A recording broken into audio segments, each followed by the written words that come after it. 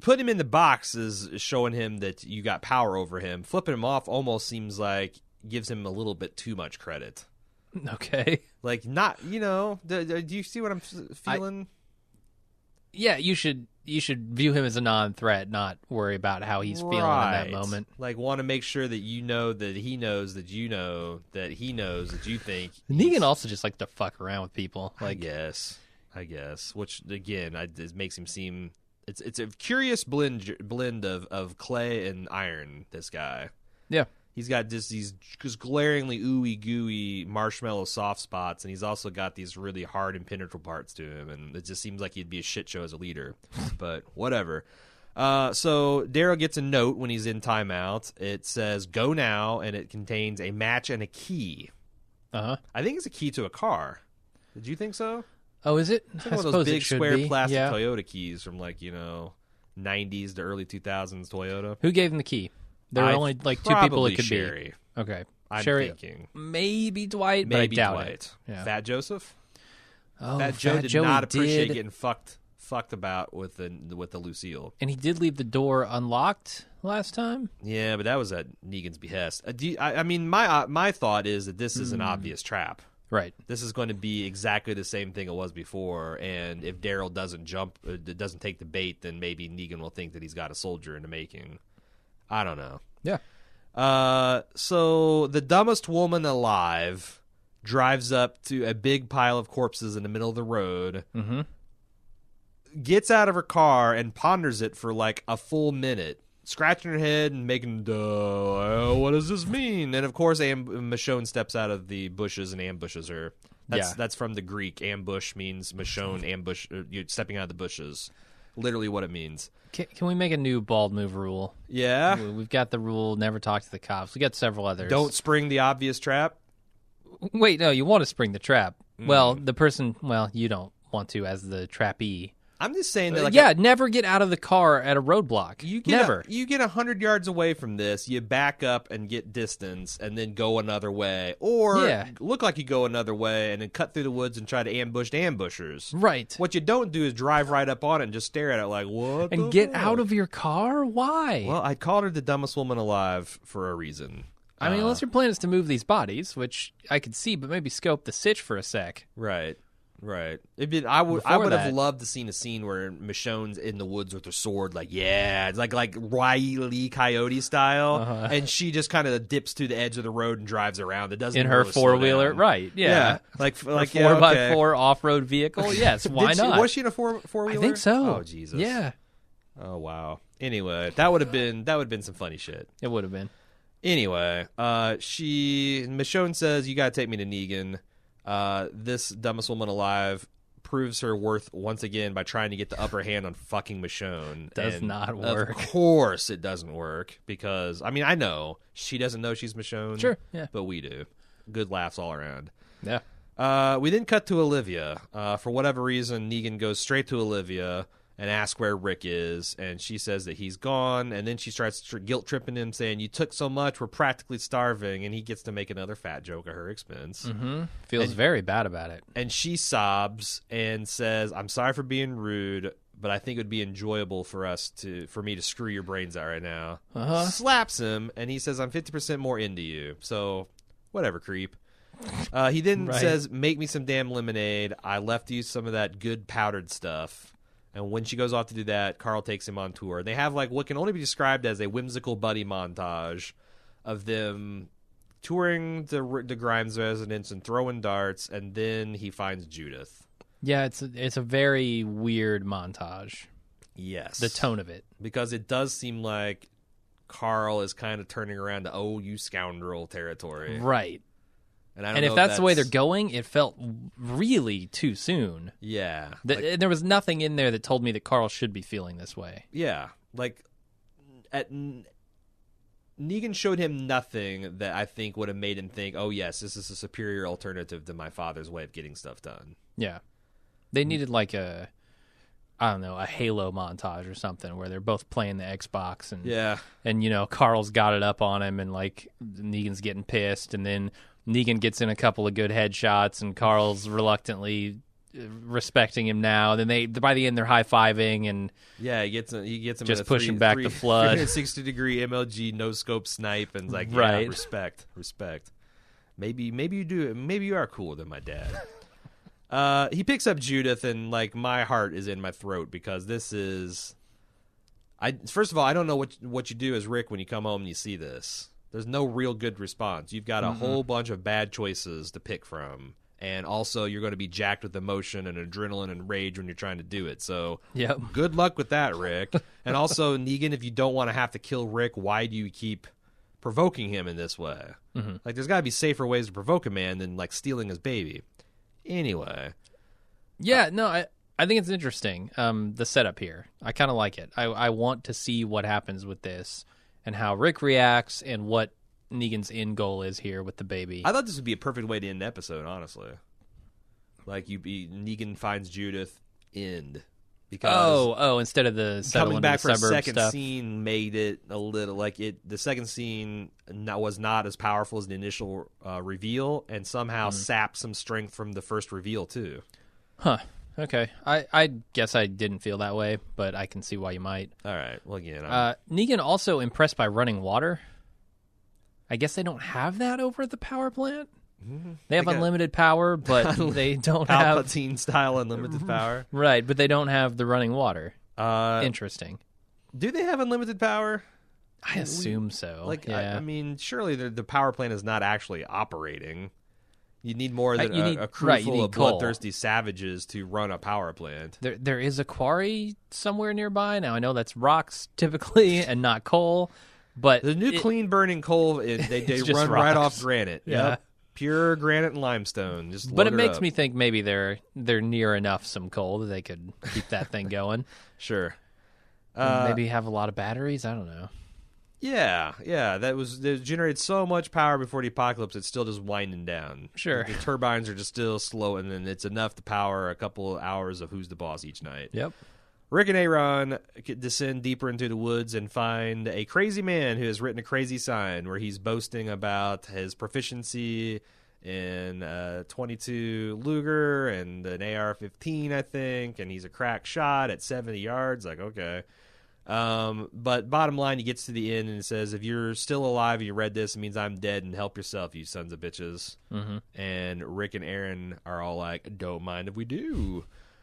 We see a cool houseboat in like a lake that's acting like a moat full of zombies, and it's really cool. And like I said in the intro, I wish we saw more of this shit. Like last week's episode, the disaster with Tara, I really liked the whole bridge layout, and I wish I knew more about that and what was going on. Like, I think that stuff is the fascinating part about this stage of the zombie apocalypse and why we don't get to see more of, like, you know, the HGTV style zombie apocalypse living. Okay. You know, like sure. they seem to resist, and the things that they show most of the time are so stupid and lazy that it's like irritating.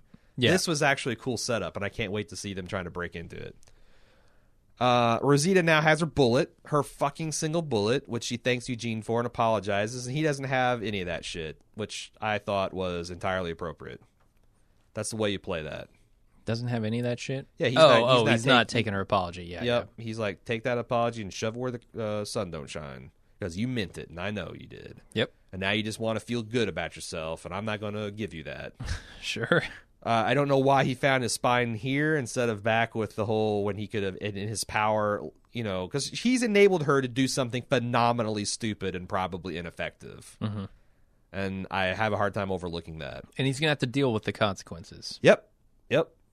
Spencer has made a mega haul because of this guy's meticulous Roman notes, and he's found medical supplies, water purifiers, and he's going to turn them all over to Negan.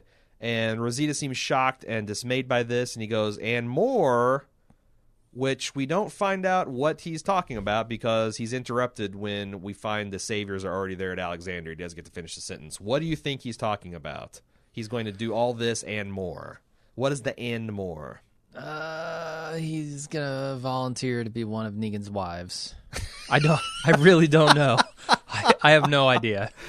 You know, with your skin tone, Negan, you could really benefit from a solid foundation, and some eyeliner would make That's your what eyes he's gonna pop. do. He's going to give him a makeover. Mary Kate, yeah. Yes. He's gonna maximize his skill set. He need to dye his beard. It's Sure. going to be, he's going to look 10 years younger. Oh, yeah. Yeah. Think of how much more action he'll get from his slave wives if he's got, like, you know, a dyed beard. Oh, man. Yeah, I think it's makeover time for Negan. Okay, that's plausible and more. Negan's sitting on the front porch with Judith and Carl, and he's saying how much he likes it here, and he might have to stay. And he's like, you know what, Carl? Maybe I'm wrong. Maybe I should kill you and your dad and bury you right here in the flower beds and just settle out here in the suburbs. And on that chilling note, we end the episode. Yep. Yeah, him bouncing Judith on his knee is pretty fucking chilling. It opens up whole other levels of pathological psychopath type behavior that he could employ to keep. Yep. Like if Negan thought he had an in with Daryl and Carl, having someone's 3-year-old daughter, holy shit. Oh yeah. That's all kinds of, like, you can make Rick do anything at this point. Yep. So that's it. That's the episode. Hey, here's the point in the podcast where I tell you how you can support Bald Move. And wait, I got some new stuff. Before you hit fast forward, this is a brand new pitch that is enabled because we just updated our club software. You now, for brand new club members, can sign up and get a free month of Club Bald Move. You can just have a smorgasbord. We got this Christmas thing we're doing right now where we're doing live watches and special podcasts about badass Christmas movies like Rocky IV and Home Alone. Or wait, not Home Alone. No. Home Alone actually is a badass Die Christmas Hard. film. Die Hard. Yeah. Next week's Jingle All the Way, and we have a mystery one on coming out on Christmas. Not just that, all the lunches, all of our quips, all of our playthroughs. You can sign up, and it's one of those classic sign up and get a free trial. But we got your credit card, and we're hoping that you'll forget to cancel, and I got 4 or 5 months for like, right. Damn it, they haven't even been doing The Walking Dead, and I've been paying for 4 hours. This is bullshit. Like we're really leaning into that. So buyer beware. Cancel that shit as soon as you got why the getting's good, or help support independent podcasting. Yeah, if you like it, if you like what we're putting out, stick around. Maybe check out some of our other shows if you're just a Walking Dead listener. Yeah. But you can try before you buy. Technically, with the new club software, and also it's just got a lot of improvements. You actually wrote a nice little tool to help people subscribe to podcasts more automatically. It's way easier to get the ad-free feeds now. Yeah, on your mobile device, you can just it'll build the string, you just pop it in there, and so we've made a lot. We've taken this to Save Bald Move money. We made some smart investments and made it a sweeter deal for everybody and a more easy to get in. So if that sounds like a good idea, go to support.baldmove.com and check out the club. And yeah, we do appreciate your support because we couldn't do it without you. Thank you very much. I'm assuming we had a bit of feedback. We had a lot of feedback about people, opinions on whether or not we should continue doing this podcast. Because I don't. Now that you're processing the feedback, I've shunted all that into a subfolder because I've got my hands quite full with Westworld at the moment. Yeah. What's your read of the consensus? Like, what? I mean, obviously this isn't the whole part of the discussion, but what are the quote unquote fans of The Walking Dead want us to do? So most people really don't want us to quit doing it. Even the people who have themselves quit watching the show. They still and I feel like you're putting a lot on us. You're asking a lot of look coming man, from people who aren't watching. I'm not willing to shovel the dog shit. Right. But I would hate to get rid of the dog. Yeah. If you could keep shoveling the dog shit, that would be really cool. Right. Really cool. It feels a lot like that from some people. But most people were saying, like, yeah, we watched the show and we still want you to cover it. And,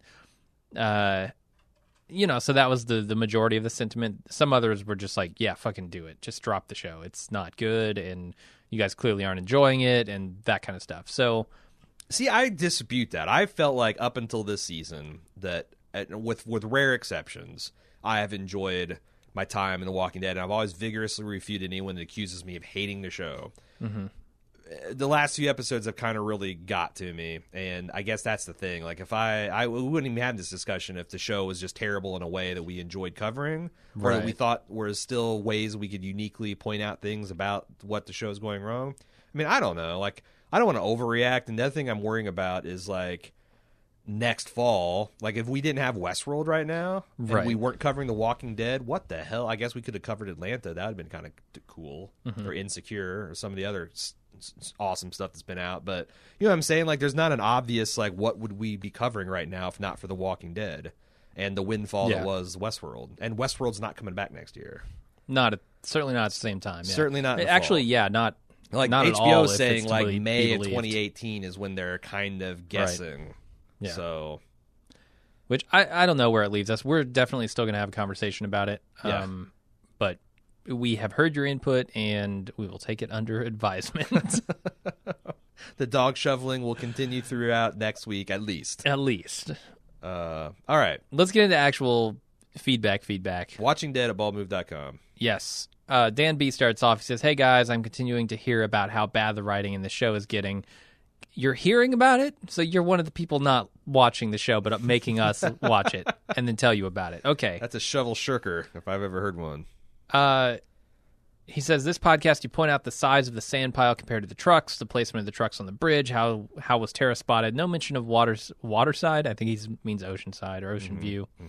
Other than a sign, etc. I agree with all these major holes, but then we move right on to talk about how the writers could intentionally drop little hints and conspiracies like Daryl blinking in Morse code to reference a chalkboard. Who notices this stuff, and how can these be the same writers?" So he's essentially saying, like, you know, they overlook so much stuff, and then if the Morse code thing is to be believed, they're now placing like these very like subtle hints into things. And I actually think you can miss the forest for the trees with those sorts of things. No, like, as let's go so granular that we don't pay attention to the big things. I think that's an easy trap to fall into. As an aspiring hack writer myself, I will say that it's very easy to be in the shower and be like, "Oh, I got this awesome idea, Morse code." Fucking Abraham probably knew Morse code, blah blah blah. Then and to shoehorn that into, like, you know, we're going to reveal we're going to reveal this Morse code thing and start bleeding breadcrumbs. That's the easy part. Right. The hard part is then weaving that into a story and making it feel like something that's earned, and also and continuing to service the characters and service your location and service the plot. Those are the hard things. Like, if, like, you know, it's always like when people say, "Oh, I got this brilliant idea to do whatever," and like a true entrepreneur would be, ideas are worth bullshit. Ideas are worth nothing because 99% of everything is in execution. Right. Ideas are easy to come by. It's execution, and the execution part is the actual meat and potatoes of writing that this show struggles with. Yep. So to me, that seems, if I'm a hack amateur writer, that's exactly the kind of shit that I would expect to come up with on my first couple forays into doing this stuff. Mm-hmm. Yeah, I'm with you. Mandy H says, and I don't usually indulge too much in theorizing on this show, but here we go. So it was pointed out in a podcast I was listening to that Heath and Tara, a different Walking Dead podcast, not ours, Sure. that Heath and Tara took the RV they were driving from the satellite Savior base. And let me be clear, she doesn't mention the name of the podcast. Otherwise, I would shout them out. I think Heath stuck around, and the Saviors recognized the RV after being drawn by gunfire and came upon Heath. The fight ensued. A Savior lost his key card, the one labeled the PPP there, which, you know, would make a fair amount of sense that it was a Savior key card, because I doubt Heath is carrying a key card around. Right. Which will end up being the name of a labeled gate at one of the compounds. At my employer, we have the same key cards, and we have several entrances labeled with numbers or letters so we can direct visitors. How many visitors do you think the Saviors have in a given week? Just there's so many. They have tour guides and everything. This is our branding iron, and this is the famous Lucille. No, you can't touch it. This is my harem. Right. Yeah. I believe the Saviors will come back to Alexandria with Heath and kill him, which will allow the actor to exit and become the new Jack Bauer, which I guess, has he been tapped for that? Is that something we know about? Oh, yeah. He's starring the new Kieferless 24. Right. That comes out in January this year? Oh, next year? Damn. Okay. This way, Tara will know what happened to Heath. Rosita will use this as an opportunity to recruit her into the rebellion, and through surveillance by Carl or Jesus, maybe, either a name that has the initials of PPP will be revealed, or some sort of map showing a PPP gate or entrance. Tara will realize, oh my god, I literally hold the keys to entering the Savior compound. Holy shit, this is some theory on top of theory on top of theory at this point. I know. But the kernel of the thing that I like about this is the PPP, right? Like this idea that this is a key to some kind of gate or some kind of entrance into the compound. And the idea that it will boomerang and Tara will not realize what she has until she does. Right. And also, if I could be bothered to remember the distinctive names they gave all the entrances into, it was right. one was like the blind fairy, one was the Mothman, the and turtlenecked entrepreneur, and one was the hard way. And I wonder, like, if I had those at my fingertips, if one of them would fit into. Obviously, I think if something fit into the PPP, somebody would have made that connection before me. But yeah, they also introduced the concept of these distinctive entrances, and I think like the friar that they passed, was that one of the ones referenced? I don't know. That's got to be something that's going somewhere. It has to be, yeah. I mean, like even by amateur hack standards, that's like something you want to establish. Sure. Jason H has another theory. He says maybe the card says PPP is an access card to P something power plant, Plymouth power plant. Oh, that would make power plant. The power, yeah. All you got to do is one other P. You got the right. You got the trailing P's accounted for. Power plant. Yeah, it's possible. Or it could be a pizza place. Pizza place. That's He's the fourth. We're going to have it's going to be the Savior's, the Hilltop, the Kingdom, Alexander Safe Zone, and Pete's Pizza Palace. Yeah. Literally, it's just a Little Caesars. Negan's trade agreement with them is that he gets to spend an hour in a ball pit every time he comes. That's all he wants. Yep. He says it doesn't make any sense right now, but JSS didn't either. True. By the way, I'm tired of cryptic acronyms. Yeah, that's the other point. Is like Yeah. I just don't give a shit because Right. they have not. This is not a layered clue and a progressive thing. This is just some bullshit they've introduced into the plot, and I will care about it when it starts making sense. Okay. JCar says, in your podcast for the Terra-centric episode, Aaron noted that The Walking Dead has a tendency for overstretching arcs and transforming small number of comic book issues into a greater number of episodes, meaning that today we still have around 50 issues behind the comic book. It occurred to me that the reasoning for 80. this... Is it more like 80? I think so. Oh, God. He goes on, it occurred to me that the reasoning for this could be Kirkman's reluctance for The Walking Dead to ever go the way of Game of Thrones and have the television format overtake the comics. No, you're right. It's 60. My fault. Okay. I don't know. Kirkman strikes me as the kind of guy who would relish keeping his plans for the future of The Walking Dead away from Gimple and AMC. So what do you think of the idea of him being the driving force for the slow pacing of large amounts of this season? Essentially, he's saying, like, you know, he enjoys the control of the story, and that by keeping them in the dark and slowing down the pace of the show to never catch the comics, he can continue to enjoy that. I just don't understand because that's a perfectly plausible theory, but here's the problem. He bastardizes his own plots. Uh-huh. So, like, what kind of purity is he trying to me? And I've heard, no, he's never came out and explained this, but I've heard everyone theorize about, like, why he does that thing. Is he trying to surprise? Is he trying to keep the surprise for the comic book fans? And I've always pointed out, like, look at the readership of The Walking Dead. It's, like, hovers around 100,000. 11+ million people watch this. Like, that's really fucking stupid to tell an inferior version of your plot to save 100,000 people's sense of surprise. Right. Also, maybe Kirkman himself is bored telling the same story. He wants to make improvements. That's plausible, but then it seems like the best thing to do is to go ahead and go past the comic book and start telling your own story. Like, just diverge the two. Nothing really fits all of the facts of why he's doing that, except for he's just cashing checks and doesn't care. Like, yeah, it wouldn't surprise me if he sees the comic book as his baby. Like, that's all me. I don't have to share any credit with any of these other cocknobblers.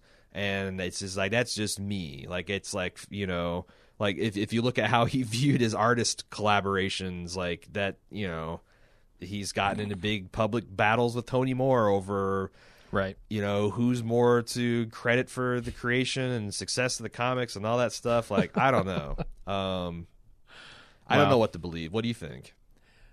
Yeah, I guess I never like trying to speak to the personality of someone because I don't know. It I certainly don't know what isn't. they're like. But Yeah. if it were me, let's start off with that. If it were me, I could certainly see reveling in the idea that you control the story, regardless of, what rights you've signed away to AMC to make this show.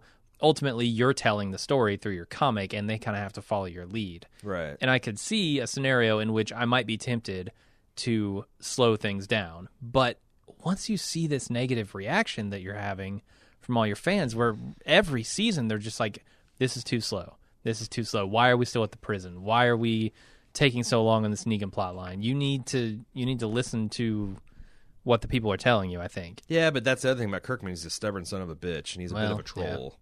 So, like, okay. I don't know that that's the kind of thing. I mean, because from my perspective, what I've noticed is when I have something that's successful and more successful than something else, I tend to spend more time and effort onto the thing that's the more successful version, right? Seems like a smart move. So, like, if I were Kirkman, I would think that I would, be caring more about the thing that, like, 12 million people and is probably giving me, crazy, godlike, fuck you money than I would the little indie comic book. But again, he's a curmudgeon and kind of a goofball and a troll, so I don't know how he thinks.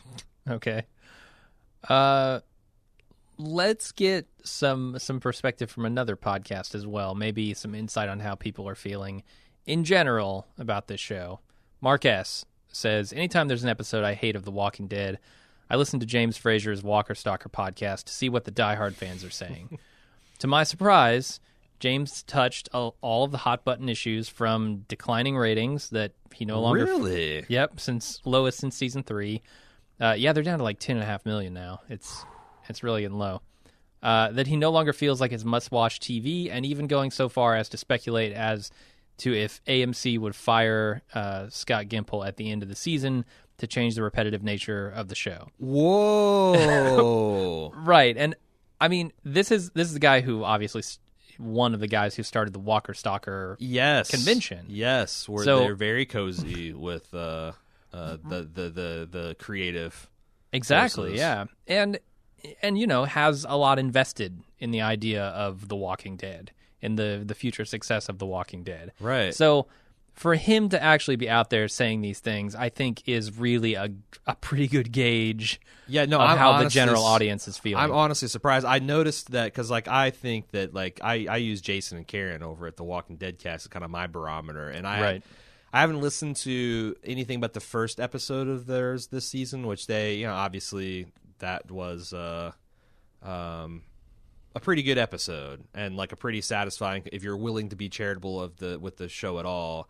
But just reading, like, their blog posts, I was skimming through, and it seems like they're kind of in the same kind of thing. Like, they're a fan-first podcast, and it seems like if they got the pulse of the fan, like, the average fan is kind of bewildered and confused and angry about what's going on with their show. Absolutely. Which is funny because, like, last night I noticed on Reddit it seems like the prevailing opinion is this is straight from the comic books, pure unadulterated Walking Dead goodness. Like, this is a return to form.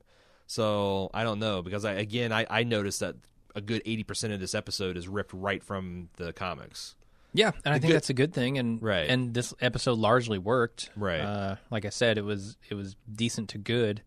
So yeah, I don't know. I mean, of course there are going to be stinkers, and they're stretching out a season longer than it needs to be, and these plot lines longer than there's no fucking, they need to be. Like, even if Kirkman was afraid for them to catch up, like, this is the time. Like, if you're going to let the floodgates open, like, Kirkman doubled during the meat of the Negan storyline. He doubled his output to 2 comic episodes a month because he knew that this was, like, straight fire, and he wanted to keep that stuff going. Right. So why pump the brakes? Yeah. Like, you're already 5 years of average Walking Dead ahead of the fucking Walking Dead. Burn a little fucking content, man. Right. Like, shore up these flagging ratings. This is like a self-inflicted gunshot wounds. Yeah, but it's interesting, to kind of measure the temperature of the fan community by the podcast, because, in as much as the show is this juggernaut with 12 million viewers and the comic has 100,000, podcasts are in the same boat, right? I mean, at the height of Walking Dead, you get 100,000 downloads if you're lucky. Yeah. The show is getting 120 times, whatever. It's getting way more viewers. So clearly, we are not the tastemakers as far as whether or not people watch this. No, but I do think our audience is representative of the most impassioned fans. Sure. So, like, if you start losing them, that's when the ratings start not eroding but start crumbling. And we've seen like this thing premiered at like 17 to 18 million people watching it, and it's down to 10.5. Yeah. That's pretty, like, a lot of people seemed like they were tuning into that season premiere with, like, I'm giving you one last shot, and then, like, nope, gone. And I don't know how many people those guys will binge on Netflix, and, I mean, there's so many different ways to engage with fans nowadays, but I don't know. Like, if I'm an executive, I wouldn't exactly be, cigars and scotches all around the office on a day like today. Sure. Definitely. I mean, I don't necessarily think the podcasts are super representative of the hardcore fan. I think there are a lot of hardcore fans, and probably if you're listening to a podcast on the show, you are a hardcore fan. Okay, but I don't think it's limited to the podcast. I think there are far more people out there reading BuzzFeed articles. And, you're right. Just reading blog posts. You can't and stuff. say you're right. It's not everyone that listens to a podcast is by definition a fan, but not every fan listens to a podcast. Sure. Right. Okay, let's move on to Doug J, who has an interesting, albeit unproved, untested theory on how they're creating this show. Okay. And I'm mostly reading this because I would love some insight. If someone knows how they're making this show, like the production-wise, please tune in or please chime in on this email next time. Mm-hmm. But Doug J says, in a traditional show, they produce each episode essentially in serial. Each episode goes through several stages. They're staggered. By the time episode 1 wraps, episode 2 may still be in editing, episode 3 is in filming, episode 4 pre-production, and on and on. Right. This provides consistency across writing teams, directors, and overall consistency of vision and technique. It's efficient, too. Well, he's getting to that. If something unplanned/unexpected happens in episode 2, a particular camera angle the director comes up with, or some ad-lib dialogue, they can feed that into future episodes. It gives the creative team incredible flexibility. Then he goes on, I'd bet good money that the Walking Dead schedule is nothing like that. By constantly isolating characters from one another, they're able to produce entire episodes simultaneously. They get the whole crew together for the premiere, then split everyone off so they can film the Carol Morgan episode, the Daryl episode, the Maggie Sasha episode, and the Tara Heath episode all at the same time. Right. That's why you have second and third string directors on the weaker episodes. The A-team directors are already working on the bigger episodes. It also means they're locked into scripts early on. They can't cross-pollinate future episodes because they're all being done at the same time, and then everything just becomes disjointed, and the show suffers creatively. I don't know. I mean, if that is in fact happening, I could see that causing problems. Well, I also see, like, this episode is credited to 2 writers, and it's like a supersized episode, and I wonder if there was... sometimes I see that as evidence of them taking 2 episodes that they meant to thread in a different way and kind of shoving them together. Sure. And that's evidence of also, like, post-fact screwing around with the timeline and when episodes air and all that kind of stuff. But yeah, no, that's plausible. It's very plausible. And it could just be a consequence of too many episodes. Yeah. I mean, going back to this idea that everything is just rushed. They don't have time to properly do this because they're pumping out effectively 19, 20 episodes a season. Yeah. That puts a lot of strain on the writers, the directors, everyone. Yeah, and I mean, other shows struggle that too because there's been Game of Thrones seasons where they tried to shove 10 pounds of Game of Thrones into a 5-pound Game of Thrones bag because they're locked into this, we can only ever do 10 episodes, and probably for good logistical reasons on that. Like, that's kind of like they could do less, but they can't really do more. Mm-hmm. I don't know. Like, I have no idea, and I don't think it's one thing. Like, last week I was beating the thing about the executives, but I think it's probably there's enough blame to go around. Right. It's the fault of the producers, it's the fault of the directors, it's the fault of the writers, it's the fault of the suits. And it's also, the one guy who just should have the passion and should be like the Vince Gilligan of this joint would be Robert Kirkman, saying, like, you guys have to fucking hit these points, and he for whatever reason either doesn't care or this is the only show on the golden age of television that I'm aware of that doesn't have that singular creative force that's ensuring that there is a consistent feel and look and theme and story to these episodes. Right. Every other one has a showrunner who is, takes responsibility for shaping this world and all that. Whereas this, it's like, the big three. Yeah. But the big three have, you've had Kirkman and Nicotero being the only consistent, and they're not even the quote unquote showrunner. That's Scott Gimple. I don't know. It's a damned weird situation because even in its declining phase, this show is making so much fucking money. There's so many commercials last night. Yeah. And so many like long takes of commercials, like 2-minute trailers for games and movies and like shit that you have to pay primo dollars for. Mm-hmm. I don't know. It's wacky. Yeah, and then they're also doing some weird like go to this website and use our AMC promo code for Shudder, which I'd never heard of. That was weird. A weird Are we commercial. Are we going to see AMC stumping for like Loot Crate? I think so. Yeah, they're going to go to HelloFresh next. I don't know. It was really weird. They start to see selling that. Casper mattresses. Yeah, I'm filing trademark infringement. You can't. That's our gig. Right. Official. They'll do an officially unofficial commercial. You stay away from Harry's and Casper. goddammit. Unless you're willing to give us Hyundai. Fair trade. We'll trade Casper and Harry's for Hyundai. Yeah. That's my final offer. That's like giving Vermont for Boardwalk. I don't know. All right, Krista D says, maybe I missed something, but how many RVs did the Alexandrians have access to? I thought they only had one, but Tara and Heath took one out on a run. Then there's the one that Rick and company have before, during, after the Negan encounter. That's fair. I mean, there are at least two there, yeah. I mean, look, if they're driving box trucks, there's so many fucking box trucks. Tons of them, yeah. Tons of them. And like I'd prize the ones that are like running on diesel because you can, those things will run for a significantly longer time you can run them on vegetable oil if you have to. Mm-hmm. But like I don't have a single problem with them showing them having a bunch of nondescript box trucks. That feels legit to me. Okay. So even if they don't have them readily available, there's a million in every fucking town you live in. It's true. I mean, next time you're out driving the road, just check out how many fucking box trucks there are in the world. Tons of them. She also had a problem with something else. She says Oceanside is very much still in the U.S. Tara did not drift down across the Atlantic and land in the tropics, so why on earth is there bamboo literally everywhere in that community? Where was that filmed? It had to be filmed in Georgia, right? You can grow bamboo in the growing season of any place, so... Sure. I think... But yeah, that is a little weird. It is. I didn't notice it, but... Little Gilligan's Isle. Yeah. A little stagey. I thought this was funny. Beverly B says, my husband was pontificating about how ridiculous it was that it had been so many weeks since we had seen Tara. And then we have a whole episode just about her... about these long absences of characters and how it's killing the show and destroying the pace. It was a 2-week trip and we hadn't seen her in months. I said, well, in fairness, the actress was pregnant. This gave him pause. He thought a moment, and then he said, is Rick pregnant too?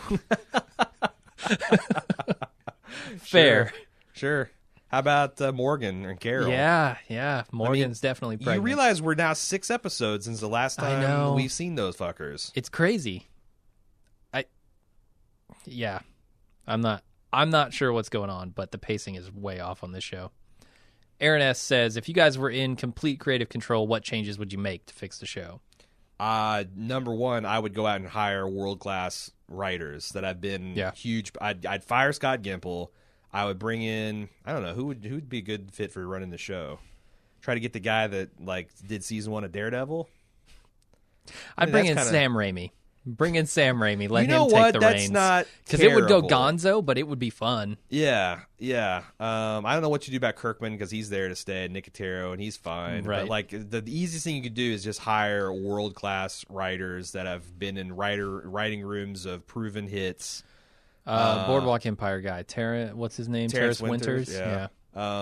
Get somebody like that and someone competent to run the show, and then you say the rule number 1 is we are going to get the pacing. This is a fucking show about running from zombies. Yeah. This slow plotting pace, we can Like if Breaking Bad could like have your pulses pounding and build characters, then by God, a zombie show can too. We are not putting up with this mealy mouth pacing and or just it's done. It's done. And like I don't know if you even got to go to like a 13 episode, like a 6-6 season or a 7-7 season. Like I think that's part of the problem. Like who the fuck is wanting to watch a zombie?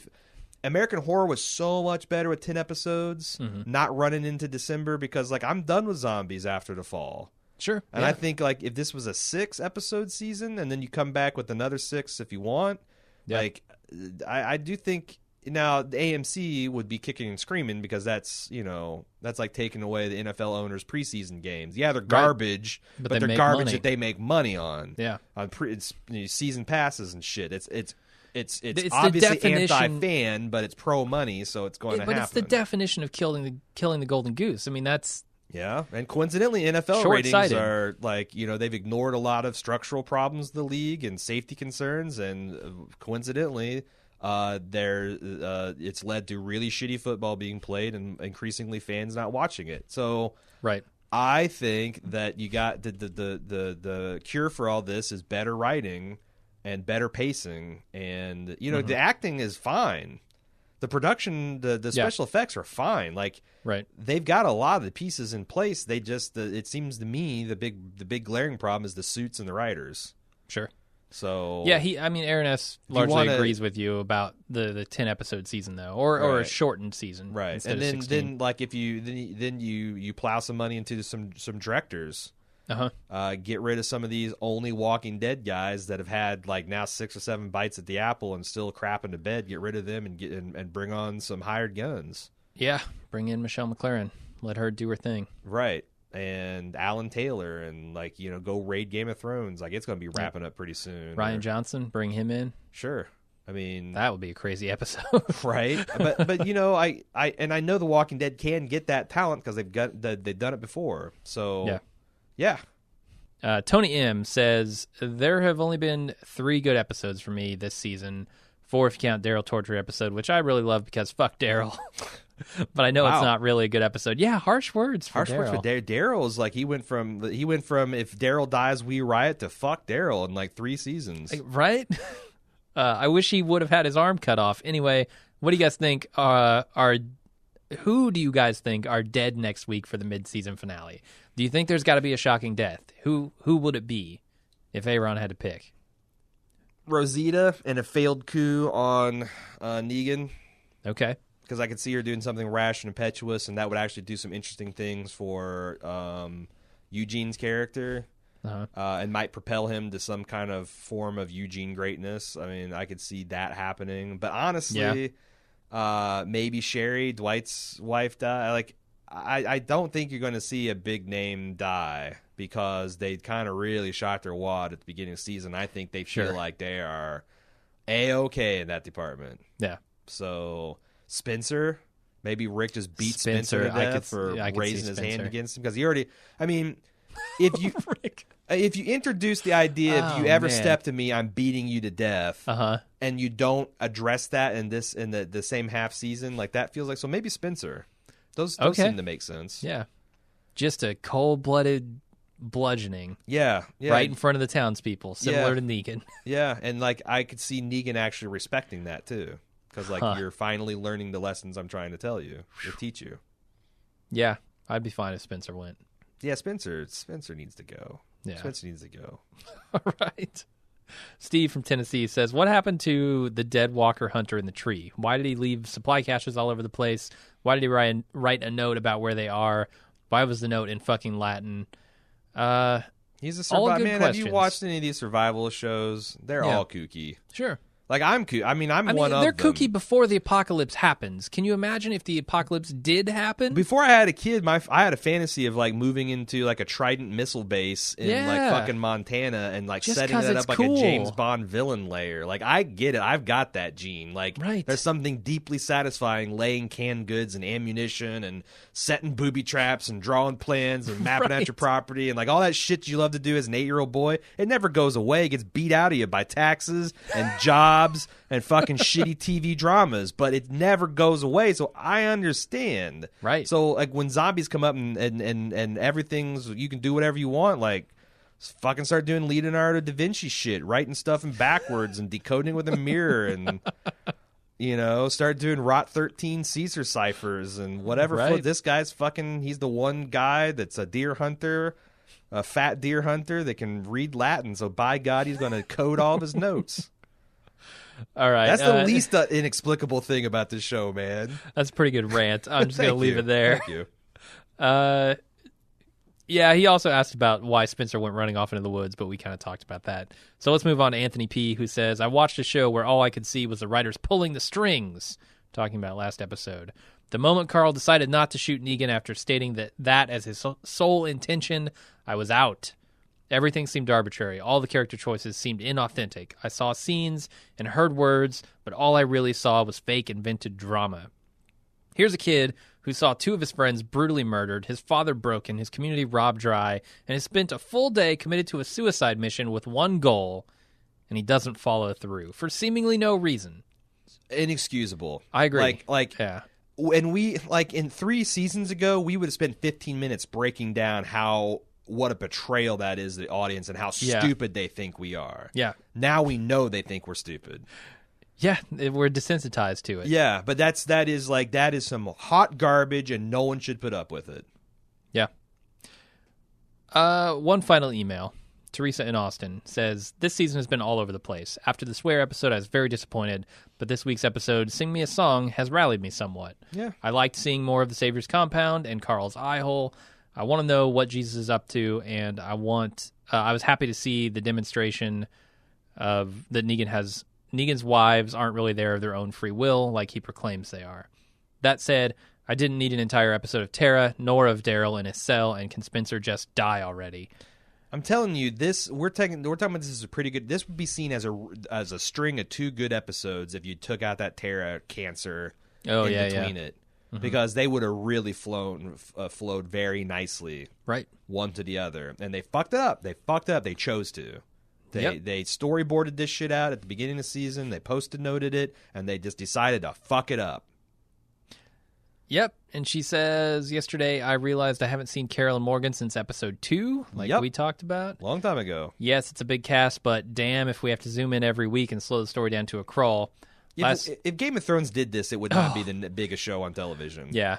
Yeah, I read an article this week about, what lessons they should learn from Game of Thrones, and that was the primary one.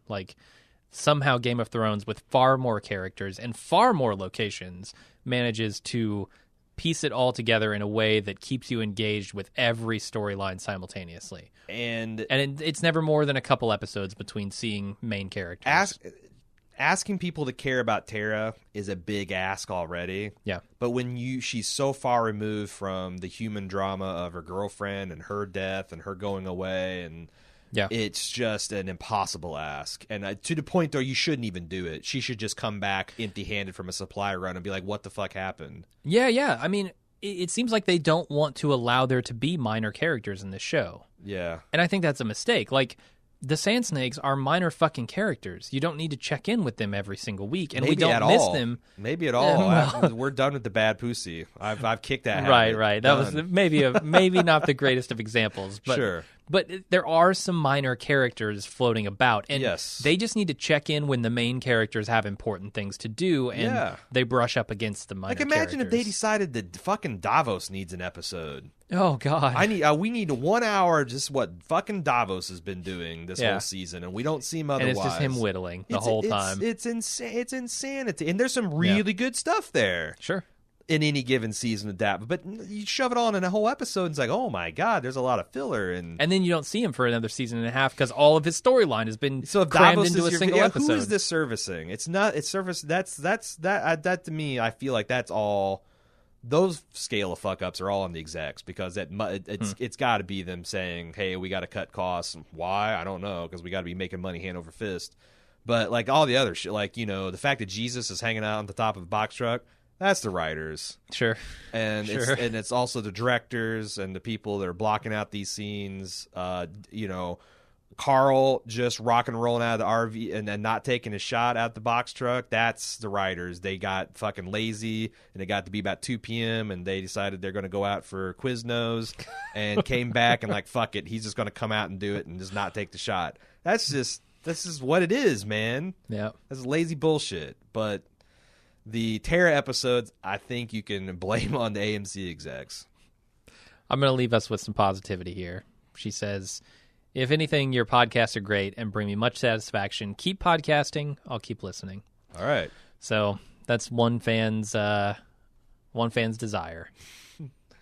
Are we going to give him one small? I'm trying to. Are we going to give him the? Are we going to give him the Team America World Police? I promise I'll never die. Right. I promise this podcast will never die. Even if The Walking Dead does, we'll go back and do rewatch after rewatch. We'll do the comics. We'll start in on the comics. Yeah. Oh yeah, and then that will never end. Once that ends, we'll go back and redo a podcast of everything. Yeah, rewatch. Like an after the fact, post fact. Yeah. With 30 years from now, we will still be doing The Walking Dead. These are all promises. It's a solemn promise. All right, I think it's time for us to leave. If you want to send in more feedback, you can do so at watchingdead@baldmove.com. Or you can go to the forums.baldmove.com, and interact with the community there. There's always lively discussion there while the latest episode is happening and after. And we'll be back next week for the 90-minute season finale. Yet another 90-minute episode. We'll see if anybody dies. We'll see who it is. Can they stick they can't stick the landing. Can they stumble? Can they one-hop the landing? Maybe. We'll see how. Can they just land it with a broken ankle and not completely flop and... sure. It's a valiant effort. Yeah.